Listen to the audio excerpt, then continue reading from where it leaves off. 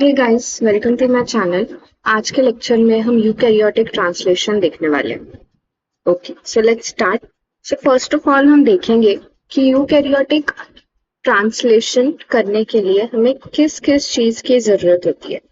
As we all know that translation का meaning क्या होता है। So when the mRNA is converted into the protein, that process it is called as translation. So अब ये translation eukaryotes में कैसे होता है वो हम देखने वाले हैं।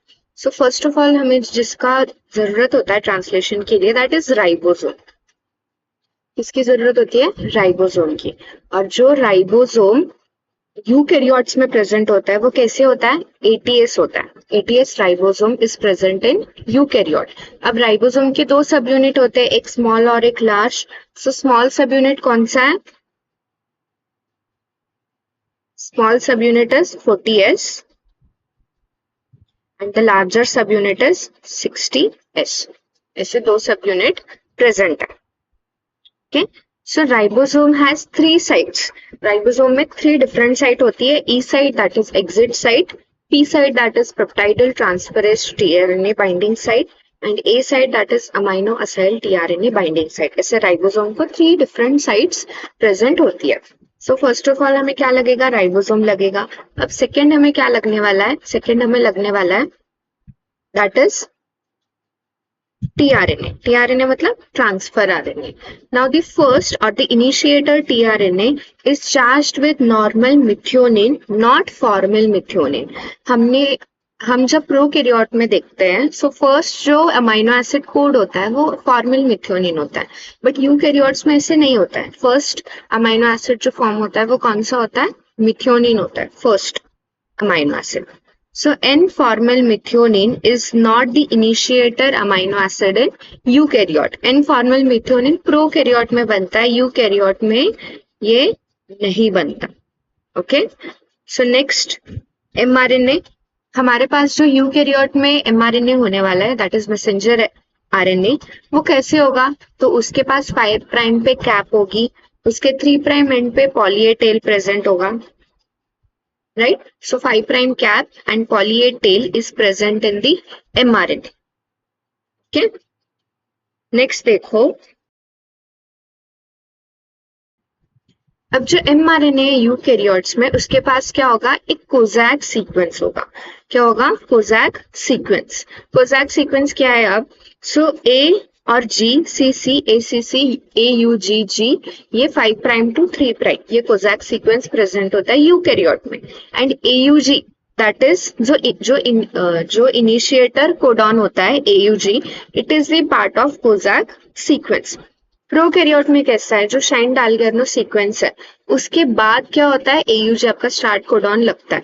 But in case of Kozak sequence in eukaryote, जो कोजैक सीक्वेंस है उसमें ही AUG प्रेजेंट होगा and that will act as a start codon. ठीक है, सो अभी हमें ट्रांसलेशन के लिए क्या क्या चाहिए? राइबोसोम चाहिए, mRNA चाहिए, और क्या चाहिए हमें? सो tRNA चाहिए।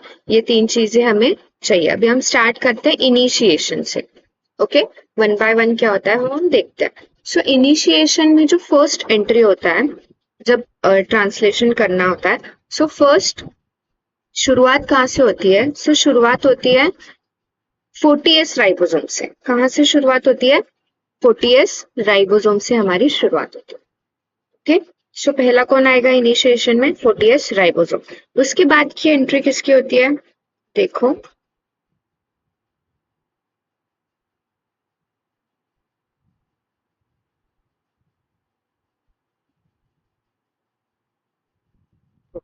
सो इसके बाद कौन आने वाला है? 40S सब यूनिट के बाद में EIF1, E for eukaryotic, IF मतलब इनिशिएशन फैक्टर 1, उनके अभी नेम्स है 1 2 3 4 5 ऐसे।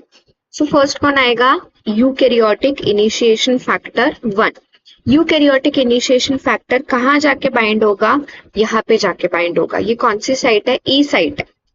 ये कौन सी साइट है?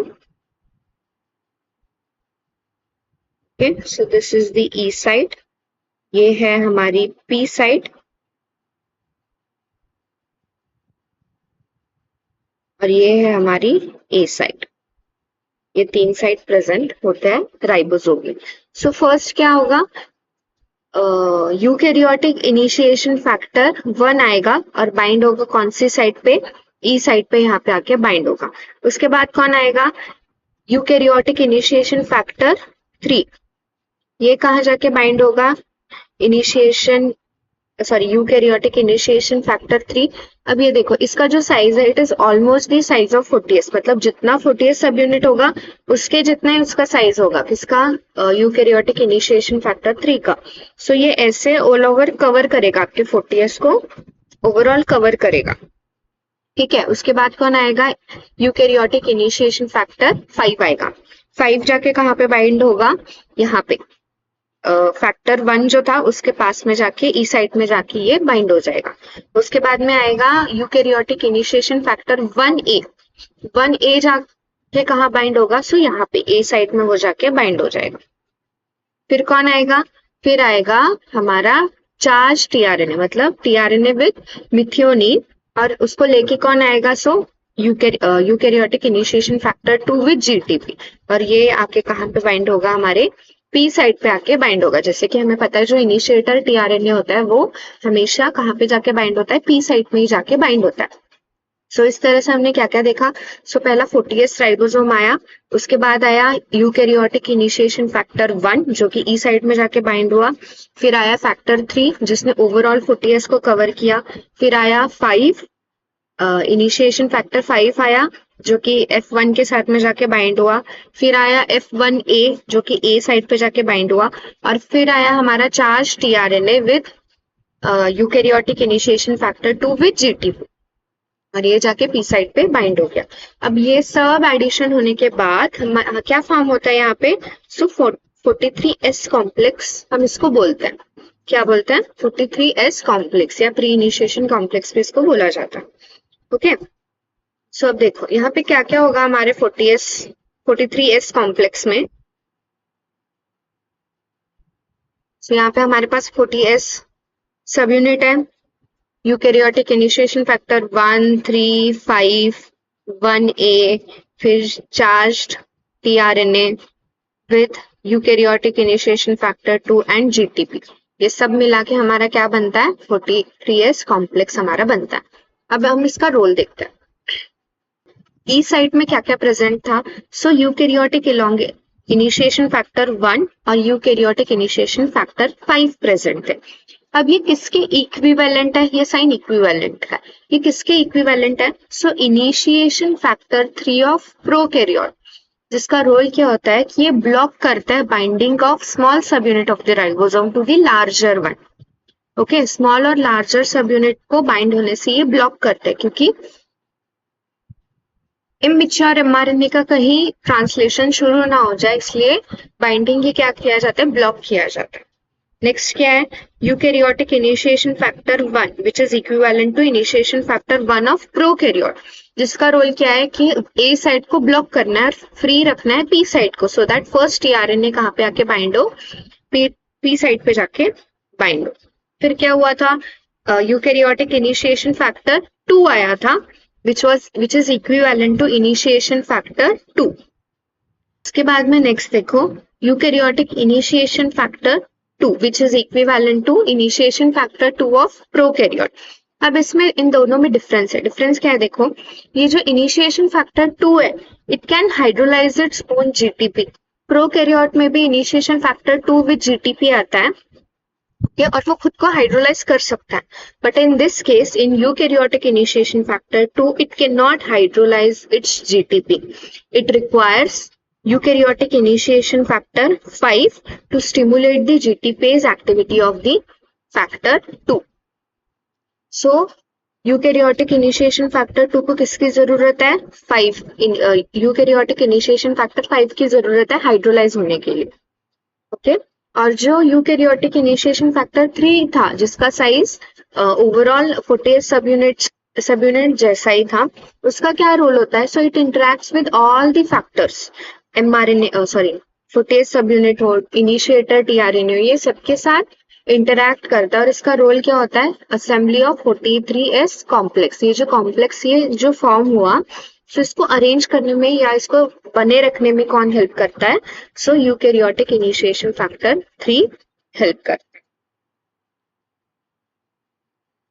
सो ये क्या हो गया? अभी 43S कॉम्प्लेक्स तैयार हो गया, राइट? एक पार्ट खत्म हुआ। अब सेकेंड में क्या आता है? Preparation of mRNA। जो mRNA प्रेजेंट होता है कहाँ पे? यूकैरियोट में। वो सर्क्युलराइज्ड फॉर्म में प्रेजेंट होता है, ऐसे सर्क्युलराइज्ड फॉर्म में क्या होता है? प्रेजेंट होता है। अब देखो कि क्या क्या होता है। अब ये सर्क्युलराइज, ये देखो यहाँ पे ये ऐसे सर्क्युलराइज होता है mRNA। अब ये सर्क्युलराइजेशन होने के लिए कौन हेल्प करता है? सो यूकैरियोटिक इनिशिएशन फैक्टर 4F। कौन? Eukaryotic initiation factor 4F। It is made up of 3 सब यूनिट। कितने सब यूनिट का बना है? 3 सब यूनिट। कौन से? सो E, G और A। अब इनका रोल देखो। जो अब देखो ये mRNA है और ये इस mRNA के पास ये 5 प्राइम कैप है और ये 3 प्राइम के पास क्या है? पॉली ए टेल है। पॉली ए टेल के पास क्या प्रेजेंट होता है? Poly A binding protein present होता है। Okay, so one by one अब हम क्या देखते हैं? इनका रोल देखते हैं क्या है। सो ये जो यूकैरियोटिक इनिशिएशन फैक्टर 4E है, it binds to the 5 prime cap and factor 4G। अब देखो ये जो E है एक तो कैप के साथ बाइंड हुआ है और ये जो G है G के साथ बाइंड हुआ है। फिर फैक्टर 4G जो है it binds two factor 4E, E के साथ बाइंड हुआ है, mRNA के साथ बाइंड हुआ है, राइट? और it binds to what? PABP, that is poly A binding protein के साथ भी वो बाइंड होता है। ये बाद में देखते हैं हम। ये पॉइंट थोड़ा इंपॉर्टेंट है। अभी ये बाइंड हुआ है फैक्टर 4E और mRNA के साथ, E और mRNA के साथ बाइंड हुआ है, राइट? नेक्स्ट क्या है देखो, it binds with factor 4G। Factor 4G के साथ बाइंड हुआ है, mRNA के साथ बाइंड हुआ है और फैक्टर 4B के साथ बाइंड हुआ है, राइट? और ये जो फैक्टर 4B है it binds to only mRNA। किसके साथ बाइंड होता है? सिर्फ और सिर्फ mRNA के साथ ये बाइंड होता है। ओके, अब देखो ये पॉइंट क्या था? फैक्टर 4G जो है it binds with factor 4E, E के साथ बाइंड हुआ है, फिर mRNA के साथ बाइंड हुआ है और एक क्या बचा था? पॉली ए बाइंडिंग प्रोटीन के साथ ये बाइंड होता है। सो ये बाइंडिंग होने के लिए ये जो mRNA उसको सर्क्युलराइज होना पड़ता है। सो क्या हुआ? अब ये एफिनिटी होती है उनकी। सो ये सर्क्युलराइज्ड हो गया। सो अब G किसके साथ बाइंड है? E के साथ, mRNA के साथ और पॉली ए बाइंडिंग प्रोटीन के साथ ये लिंक है, बाइंड है एक दूसरे के साथ। सो ऐसे ये सर्क्युलराइजेशन ऑफ यूकैरियोटिक mRNA होता है। इनिशिएशन में हमने क्या क्या देखा कि 43S कॉम्प्लेक्स कैसे फॉर्म होता है और नेक्स्ट क्या देखा हमने कि सर्क्युलराइजेशन कैसे होता है mRNA का, वो हमने देखा। ओके, वन बाय वन अब हम इनके रोल देखते हैं। जो फैक्टर 4B है उसका रोल क्या होता है कि इट एक्टिवेट्स फैक्टर 4A। और फैक्टर 4A का रोल क्या है? इट एक्ट्स एज का हेलिकेज एंजाइम जैसा रोल होता है which resolve the secondary structure of mRNA। Okay, so ये जो B है, B का काम क्या होता है? A को एक्टिवेट करना। और A का काम क्या होता है? ये जो सर्क्युलराइज DNA फॉर्म हुआ है या सेकेंडरी स्ट्रक्चर फॉर्म हुआ है, ये रिजॉल्व करने का काम A का होता है। ओके, ठीक। अब ये जो ओवरऑल यूकैरियोटिक इनिशिएशन फैक्टर 4 है, इसका क्या काम है? It brings mRNA to 40S सब यूनिट। जो हमारा 43S कॉम्प्लेक्स फॉर्म हुआ था, उस 43 कॉम्प्लेक्स में 40S सब यूनिट था, राइट? सो ये 40S जो सब यूनिट है और mRNA है, उसको एक साथ लाने का काम कौन करता है? यूकैरियोटिक इनिशिएशन फैक्टर 4 काम करता है। ओके, अब देखो हमारे पास क्या क्या है। सर्क्युलर mRNA है, right? So with the help of eukaryotic initiation factor 4, 43 complex साथ में आएगा, mRNA के हेल्प करेगा। फैक्टर 4 किसको एक साथ लाने में? mRNA को और 43S को एक साथ लाने में काम करेगा। अब जब वो एक साथ आ जाएंगे तो क्या होता है कि जो mRNA, राइट, mRNA के यहाँ पे क्या बोलते हैं उसको? कैपिंग होता है, 5 प्राइम पे कैपिंग होता है। सो ये जो 43S कॉम्प्लेक्स है ये पहले जाके कहाँ बाइंड होता है? सो ये जाके बाइंड होता है पहले ये कैप पे जाके बाइंड होता है, राइट? ये जाके कहाँ पे बाइंड होगा? वो जो 5 प्राइम कैप है वहां पे जाके ये बाइंड होगा। और फिर क्या होगा? Scanning in 5 prime to 3 prime on mRNA, it is a ATP dependent, okay, which occurs in ATP dependent manner.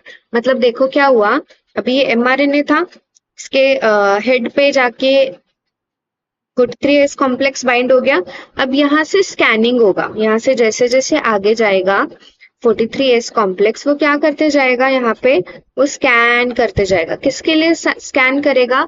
So it will scan for the कोजैक sequence, जिसके पास क्या होगा? AUG, that is the start codon present होगा। और ये जो scanning होता है it is ATP dependent process, उसके लिए एनर्जी रिक्वायर्ड होती है। ओके, सो जब स्कैनिंग होगा और उस कोजैक सीक्वेंस में जब उसको स्टार्ट कोडॉन मिलेगा, मिलने के बाद क्या होगा, यहाँ पे जो हमारा इनिशिएटर tRNA था जिसके पास मिथियोनिन अमाइनो एसिड प्रेजेंट है, so when AUG comes, codon anticodon pairing takes place, conformation change take place in eukaryotic initiation factor 1। क्या होता है जब पेयरिंग होगा? अब पेयरिंग तो होगा ना, tRNA है और mRNA है, सो कोडॉन एंटीकोडॉन पेयरिंग होगा। पेयरिंग के बाद क्या होता है? कंफर्मेशन चेंजेस आते हैं और उसकी वजह से ये जो फैक्टर 1 है ये रिलीज हो जाएगा। क्या हो जाएगा? रिलीज हो जाएगा। और फैक्टर 1 रिलीज होने की वजह से फैक्टर 5 में भी कंफर्मेशन चेंज आएगा। ओके, सो थोड़ा अगर हम ऊपर फिर से डायग्राम में जाके देखें, यहाँ आप देख सकते हो फैक्टर 1 के पास क्या है? फैक्टर 5 प्रेजेंट है, राइट? फैक्टर 1 के पास क्या प्रेजेंट है? फैक्टर 5 प्रेजेंट है।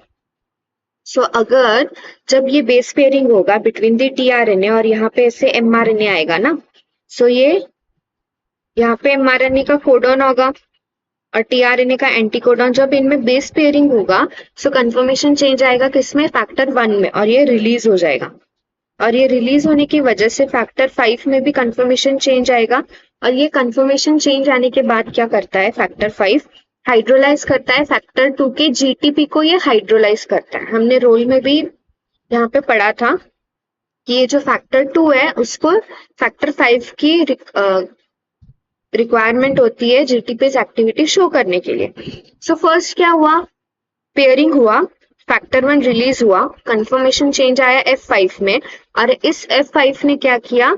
GTPase एक्टिविटी कराई किसकी? फैक्टर 2 के साथ जो GTP आया था उसकी उसने बेस,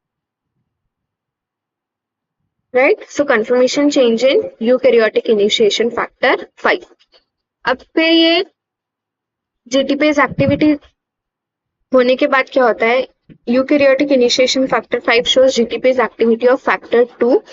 उसके बाद ये जो फैक्टर 5 है वो भी रिलीज हो जाएगा और eukaryotic initiation factor 2 with GDP it also gets released.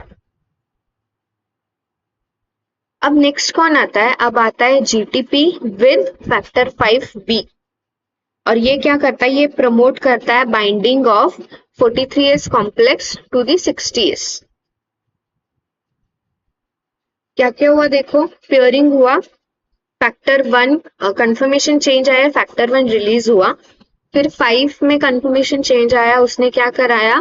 Factor 2 की GTPase एक्टिविटी कराई, करने के बाद F5 खुद रिलीज हो गया, फिर factor 2 with GTP also gets released, right? फिर कौन आता है? फैक्टर 5B आता है विद GTP, और इसका रोल क्या होता है कि बाइंडिंग हो 43S में और 60S में बाइंडिंग हो करके वो आता है। फिर जब 60S का फिर फ्री है ना, अभी ब्लॉक भी नहीं है ड्यू टू दी फैक्टर 1 और 5 क्या कर रहा था? ब्लॉक कर रहा था कि 60S आके बाइंड ना हो। अब ये दोनों तो चले गए, राइट? अब ये factor 5B with GTP promote कर रहा है बाइंडिंग, सब 60S आएगा और आके क्या हो जाएगा? बाइंड हो जाएगा, और बाइंड होने की वजह से फिर से कंफर्मेशन चेंज होगा, उसकी वजह से क्या होगा? GTPase activity of eukaryotic initiation factor B, और ये GTPase एक्टिविटी होने की वजह से सभी जो फैक्टर्स है ये सभी फैक्टर्स क्या हो जाएंगे? रिलीज हो जाएंगे। ओके, सो इस लेक्चर में हमने इनिशिएशन देखा है पूरा। नेक्स्ट लेक्चर में हम इलोंगेशन और टर्मिनेशन को कंटिन्यू करेंगे। ओके, सो जो यूकैरियोटिक का इलोंगेशन और टर्मिनेशन है वो थोड़ा बहुत सिमिलर है प्रोकैरियोटिक इलोंगेशन और टर्मिनेशन से। सो हम नेक्स्ट लेक्चर में कंटिन्यू करते हैं। Thank you.